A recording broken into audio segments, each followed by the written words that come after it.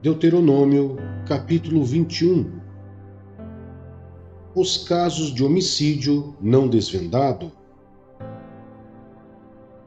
Se alguém for encontrado morto no campo, na terra que o Senhor, o seu Deus, lhes dá para dela tomarem posse, sem que se saiba quem o matou, as autoridades e os juízes sairão e medirão a distância do corpo até as cidades vizinhas. Então as autoridades da cidade mais próxima do corpo apanharão uma novilha que nunca foi usada no trabalho e sobre a qual nunca foi posto jugo, e a levarão a um vale de terras, nunca aradas nem semeadas, e onde haja um ribeiro de águas perenes. Vocês quebrarão o pescoço da novilha. Depois, os sacerdotes, descendentes de Levi, se aproximarão, pois o Senhor, o seu Deus, os escolheu para ministrarem e para pronunciarem bênçãos em nome do Senhor e resolverem todos os casos de litígio e de violência. Então todas as autoridades da cidade mais próxima do corpo lavarão as mãos sobre a novilha cujo pescoço foi quebrado no vale e declararão: as nossas mãos não derramaram este sangue, nem os nossos olhos viram quem fez isso. Aceita, Senhor, esta propiciação em favor de Israel, teu povo, a quem resgataste, e não consideres o teu povo culpado do sangue de um inocente. Assim, a culpa do derramamento de sangue será propiciada. Desse modo, vocês eliminarão de vocês mesmos a culpa pelo derramamento de sangue inocente, pois fizeram o que o Senhor aprova. O casamento com uma prisioneira. Quando vocês guerrearem contra os seus inimigos, e o Senhor, o seu Deus, os entregar em suas mãos, e vocês fizerem prisioneiros, um de vocês poderá ver entre eles uma mulher muito bonita, agradar-se dela e tomá-la como esposa. Leve-a para casa, ela rapará a cabeça, cortará as unhas e se desfará das roupas que estava usando quando foi capturada. Ficará em casa e pranteará seu pai e sua mãe um mês inteiro. Depois você poderá chegar-se a ela e tornar-se o seu marido, e ela será sua mulher. Se você já não se agradar dela, deixe-a ir para onde quiser, mas não poderá vendê-la nem tratá-la como escrava, pois você a desonrou. O direito do filho mais velho. Se um homem tiver duas mulheres, e preferir uma delas, e ambas lhe derem filhos, e o filho mais velho for filho da mulher, que ele não prefere, quando der a herança de sua propriedade aos filhos, não poderá dar os direitos do filho mais velho ao filho da mulher preferida, se o filho da mulher, que ele não prefere, for de fato o mais velho. Ele terá que reconhecer como primogênito o filho da mulher que ele não prefere, dando-lhe porção dupla de tudo o que possui. Aquele filho é o primeiro sinal da força de seu pai e o direito do filho mais velho lhe pertence. O castigo dos filhos rebeldes. Se um homem tiver um filho obstinado e rebelde, que não obedece a seu pai nem a sua mãe, e não os escuta quando os disciplinam, o pai e a mãe os levarão aos líderes da sua comunidade, porta da cidade, e dirão aos líderes: esse nosso filho é obstinado e rebelde, não nos obedece, é devasso e vive bêbado. Então todos os homens da cidade o apedrejarão até a morte. Eliminem o mal do meio de vocês. Todo Israel saberá disso e temerá. Diversas leis. Se um homem culpado de um crime que merece a morte for morto e pendurado no madeiro, não deixe o corpo no madeiro durante a noite. Enterre-no naquele mesmo dia, porque qualquer que for pendurado no madeiro está debaixo da maldição de Deus. Não contaminem a terra que o Senhor, o seu Deus, lhes dá por herança.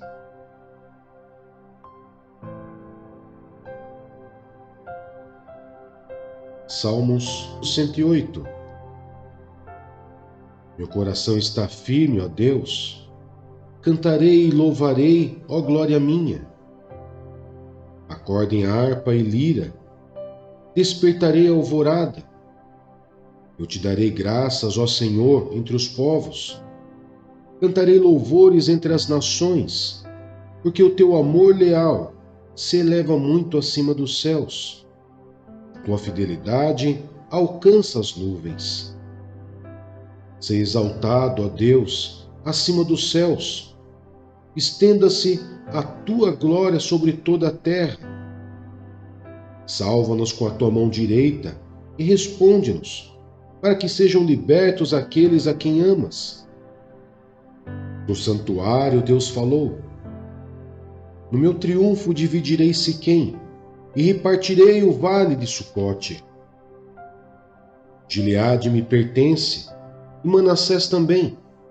Efraim é o meu capacete, Judá é o meu cetro. Moabe é a pia em que me lavo.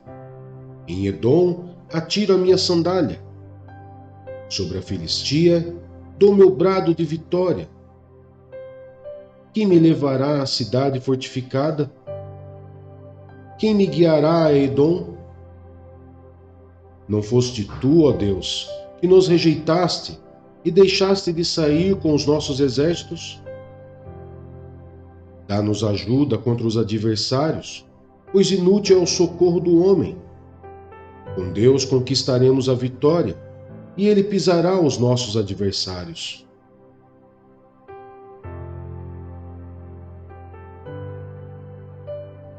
Salmos 109.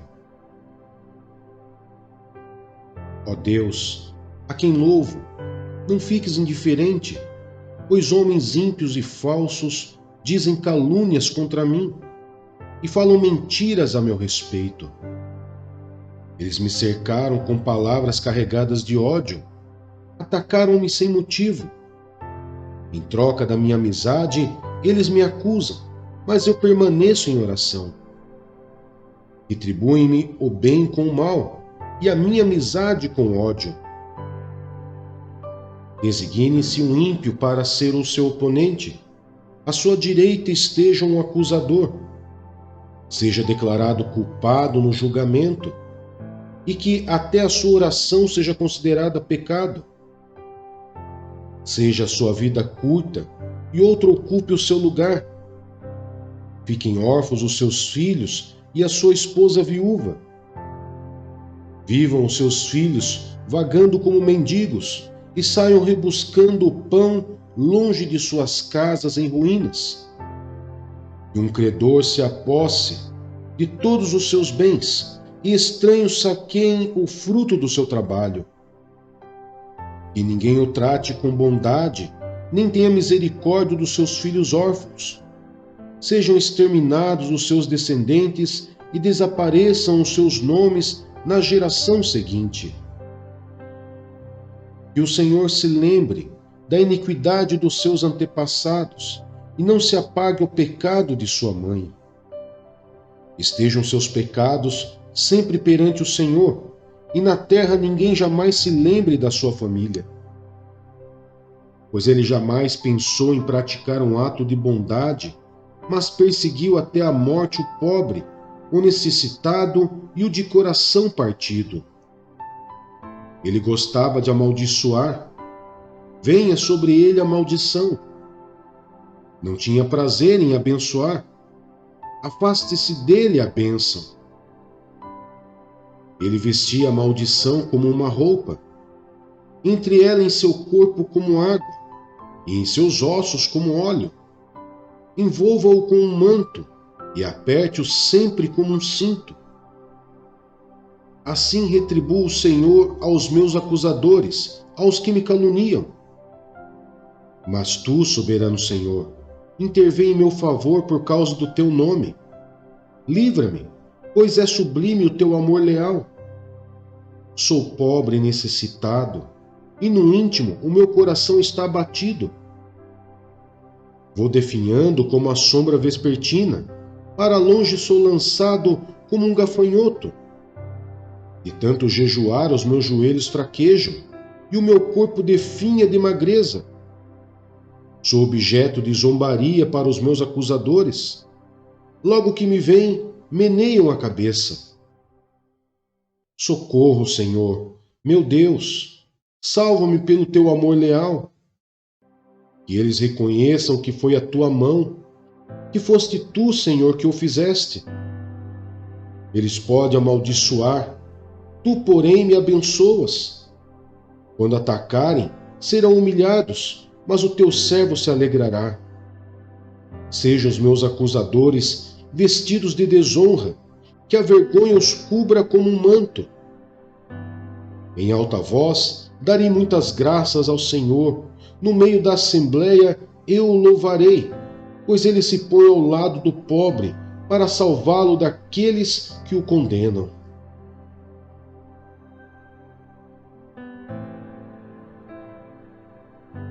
Isaías, capítulo 48. Israel obstinado.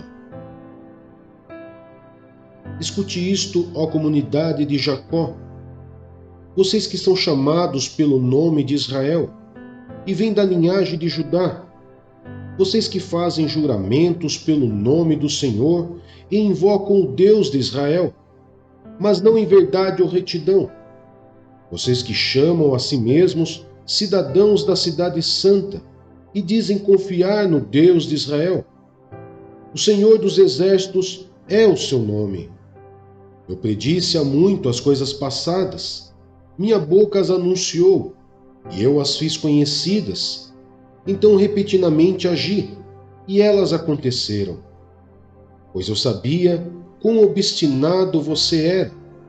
Os tendões de seu pescoço eram ferro, a sua testa era bronze. Por isso, há muito lhe contei essas coisas. Antes que acontecessem, eu as anunciei a você, para que você não pudesse dizer: meus ídolos as fizeram, minha imagem de madeira e meu Deus de metal as determinaram. Você tem ouvido essas coisas? Olhe para todas elas. Você não irá admiti-las? De agora em diante, eu lhe contarei coisas novas, coisas ocultas, que você desconhece.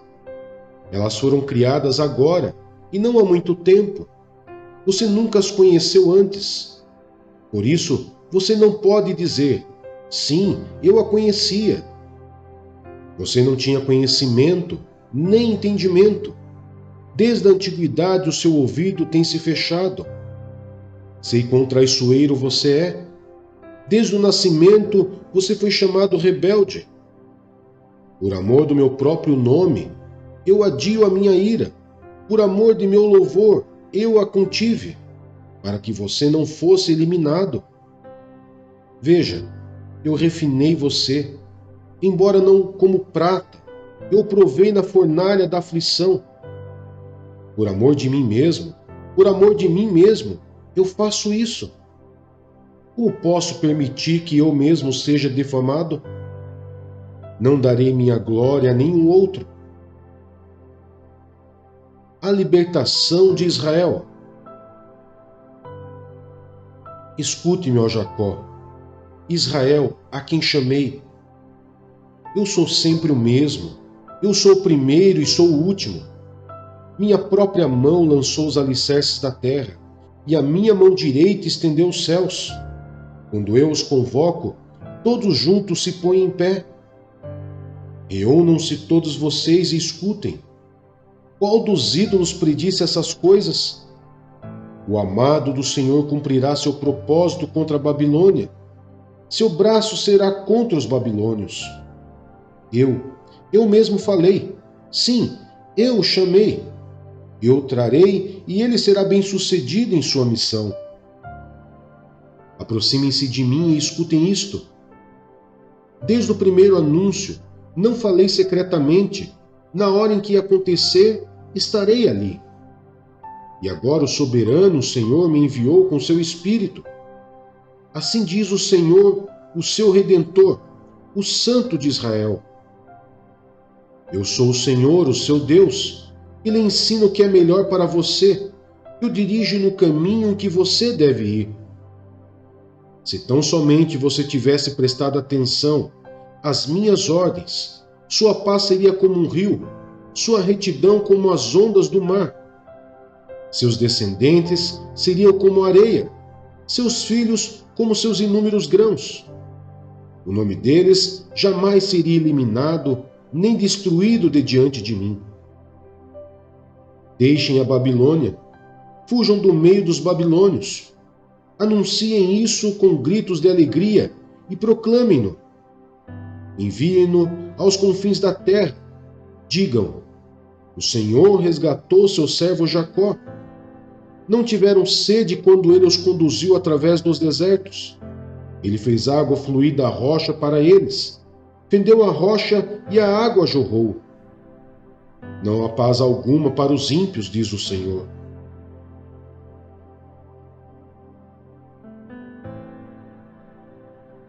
Apocalipse, capítulo 18. A queda da Babilônia. Depois disso vi outro anjo que descia dos céus. Tinha grande autoridade e a terra foi iluminada por seu esplendor. E ele bradou com voz poderosa: caiu a grande Babilônia. Ela se tornou habitação de demônios e antro de todo espírito imundo, antro de toda ave impura e detestável. Pois todas as nações beberam do vinho da fúria, da sua prostituição. Os reis da terra se prostituíram com ela. A custo do seu luxo excessivo, os negociantes da terra se enriqueceram. Então ouvi outra voz dos céus que dizia: saiam dela, vocês, povo meu, para que vocês não participem dos seus pecados, para que as pragas que vão cair sobre ela não os atinjam. Pois os pecados da Babilônia acumularam-se até o céu, e Deus se lembrou dos seus crimes. Retribuam-lhe na mesma moeda, paguem-lhe em dobro pelo que fez, misturem para ela uma porção dupla do seu próprio cálice. Façam-lhe sofrer tanto tormento e tanta aflição, como a glória e o luxo a quem ela se entregou. Em seu coração ela se vangloriava: estou sentada como rainha, não sou viúva e jamais terei tristeza. Por isso, num só dia, as suas pragas a alcançarão. Morte, tristeza e fome, e o fogo a consumirá, pois poderoso é o Senhor Deus que a julga. Quando os reis da terra que se prostituíram com ela e participaram do seu luxo, virem a fumaça do seu incêndio, chorarão e se lamentarão por ela. Amedrontados por causa do tormento dela, ficarão de longe e gritarão: ai, a grande cidade, Babilônia, cidade poderosa! Em apenas 1 hora chegou a sua condenação. Os negociantes da terra chorarão e se lamentarão por causa dela, porque ninguém mais compra a sua mercadoria, artigos como ouro, prata, pedras preciosas e pérolas, linho fino, púrpura, seda e tecido vermelho, todo tipo de madeira de cedro e peças de marfim, madeira preciosa, bronze, ferro e mármore, canela e outras especiarias, incenso, mirra e perfumes, vinho e azeite de oliva, farinha fina e trigo, bois e ovelhas, cavalos e carruagens, e corpos e almas de seres humanos. Eles dirão: foram-se as frutas que tanto lhe apeteciam. Todas as suas riquezas e todo o seu esplendor se desvaneceram. Nunca mais serão recuperados.